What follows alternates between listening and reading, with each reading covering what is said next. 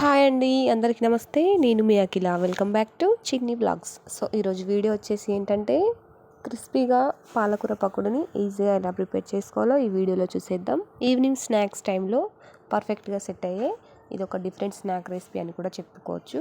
So healthy వేలో పాలకూర పకోడీని ఈజీగా ప్రిపేర్ చేసుకోవచ్చు. ఫస్ట్ టైం చేసేవారు కూడా పర్ఫెక్ట్గా చేస్తారు కాబట్టి లేట్ చేయకుండా ప్రాసెస్లోకి వెళ్దాం. ఇక్కడ నేను ముందుగా ఒక 2 లేత పాలకూర కట్టలను తీసుకున్నానండి. లేత పాలకూర అయితేనే మనకు పకోడీకి మంచి టేస్టీతో ఉంటుంది. ఇక్కడ కాడలను పూర్తిగా కట్ చేసుకుని ఓన్లీ ఆకుల వరకు ఇలా సన్నగా కట్ చేసి పెట్టుకున్నాను. 1/2 కప్ వరకు ఉల్లిపాయ ముక్కలు ఇలా సన్నగా కట్ చేసి పెట్టుకోవాలి.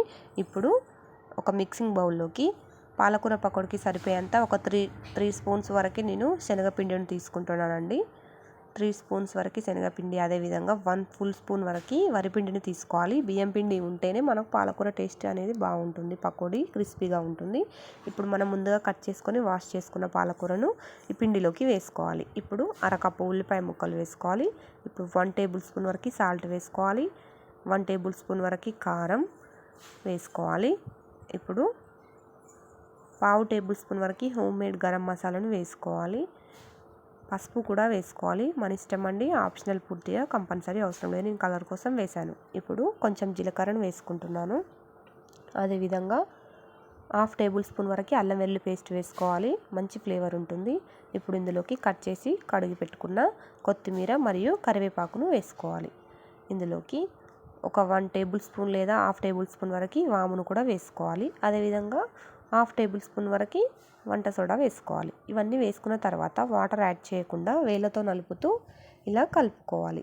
ఇలా బాగా కలుపుకోవాలి, వాటర్ వేయకుండానే. ఇక్కడ మనకి పాలకూర నుండి వచ్చే తేమ అనేది మనకు ఇలా సరిపోతుంది. పాలకూరలో వాటర్ కంటెంట్ ఉంటుంది కాబట్టి అదే ఈ పిండిని పూర్తిగా పీల్చుకొని ఇలా తయారవుతుంది. సో నాకు ఒక 1/2 టీ గ్లాస్ వరకు వాటర్ని యాడ్ చేసుకున్నాను. సో ఇలా ఉండాలి కన్సిస్టెన్సీ అనేది. ఇప్పుడు దాన్ని రెడీగా పక్కకు పెట్టుకొని స్టవ్ ఆన్ చేసి ఒక ప్యాన్ పెట్టుకొని అందులోకి డీప్ ఫ్రైకి సరిపడా ఆయిల్ని పోసుకోవాలి. ఆయిల్ని పోసుకున్న తర్వాత అది హీట్ అయ్యాక ఇప్పుడు ఇందులోకి మనం ప్రిపేర్ చేసి పెట్టుకున్న పాలకూర మిశ్రమాన్ని ఇలా కొంచెం కొంచెంగా వేసుకోవాలి.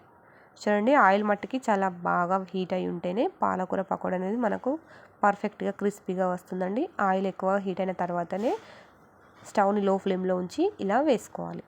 ఆ తర్వాత ఒక 3 నిమిషాల వరకు వన్ సైడ్ ఇలా ఫ్రై అయిన తర్వాత రెండో వైపుకి టర్న్ చేసుకోవాలి.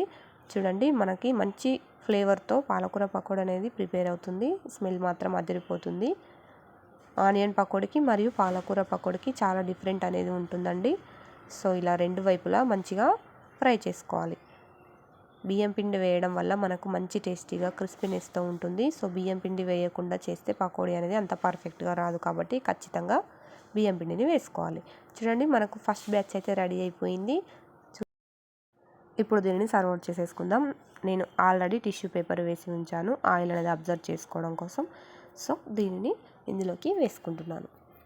మిగతా పిండిని కూడా సేమ్ ఫస్ట్ ప్రాసెస్ లాగానే స్టవ్ని లో ఫ్లేమ్లోనే ఉంచి ఒక 2 నిమిషాలు ఆగిన తర్వాత ఆయిల్ అనేది మంచిగా హీట్ అయిన తర్వాత మళ్ళీ ఇలా అంతా ఒకసారి వేసేసుకోవాలి.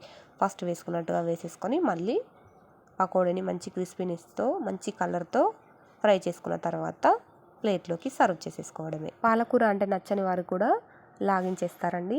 సో మీరు కూడా తప్పకుండా ఒకసారి ఈ విధంగా ట్రై చేసి మీ ఫీడ్బ్యాక్ని నాకు కమెంట్లో చెప్పడం మర్చిపోవద్దండి. సో ఈవినింగ్ స్నాక్స్ టీ టైంలో అయితే మనకు పర్ఫెక్ట్గా సెట్ అవుతాయి. ఎప్పుడు ఆనియన్ పకోడీ లాంటివి కాకుండా అప్పుడప్పుడు ఇలా ఒకసారి ట్రై చేయండి.